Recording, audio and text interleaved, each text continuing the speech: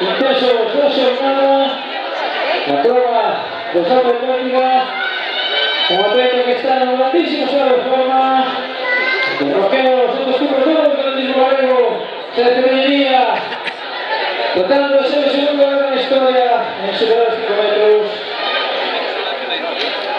Y presenta los medallas, José Gabriel, atleta de los 2 años, dietas, sentamos, primera posición, la prueba de 7 puntos, después la práctica, Sergio Bellería, desde los momentazos, va a tirar, atacando esa altura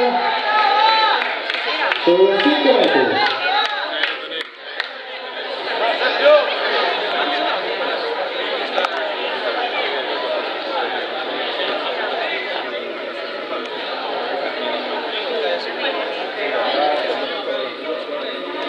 Porque no puedo ser.